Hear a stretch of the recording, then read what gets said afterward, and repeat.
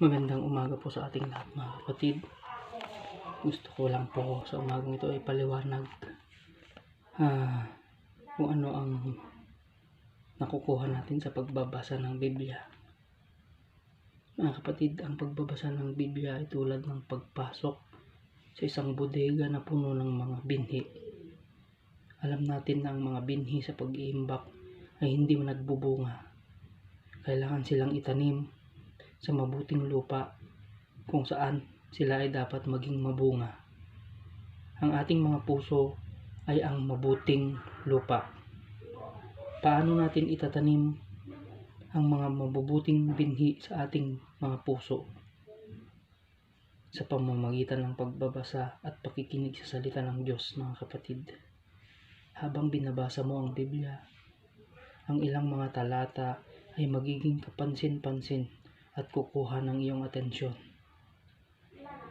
Ito ay tulad ng kung ang isang ilaw ay nagpapatuloy na magliwanag at napagtanto mo na ang mga talatang iyon ay isang tukoy na mula sa Diyos para sa iyong buhay. Ilan na ba mga kapatid ang mga gumaling dahil sa kanilang mga pananampalataya? Dahil sa naiintindihan lamang nila ang ibig sabihin ng salita ng Diyos na nagsasalita tungkol sa banal na paggaling. Ilan na bang nakatanggap ng kaligtasan, mga kapatid, dahil lamang naiintindihan nila ang isang pangako mula sa Diyos? Akala ko dati na pinagpapala tayo ng Diyos sa ilang mga lugar at hindi sa iba. Ngunit nang itinaas ng Diyos ang harang, ang bawat bagay ay nagbago sa akin, mga kapatid.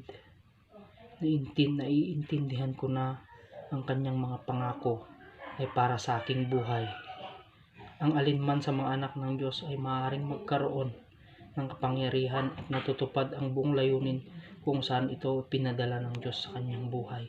Kaya magbasa po tayo ng salita ng Diyos, mga kapatid, para malaman po natin ang katotohanan na lahat ng nakalahad po sa salita ng Diyos sa Holy Bible ay totoo po at makapangyarihan po itong salita ng Diyos, na hindi ito biro-biro.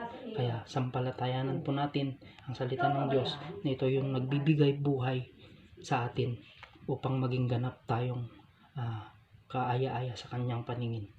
Maraming salamat po. Pagpalain po tayong lahat. God bless us all.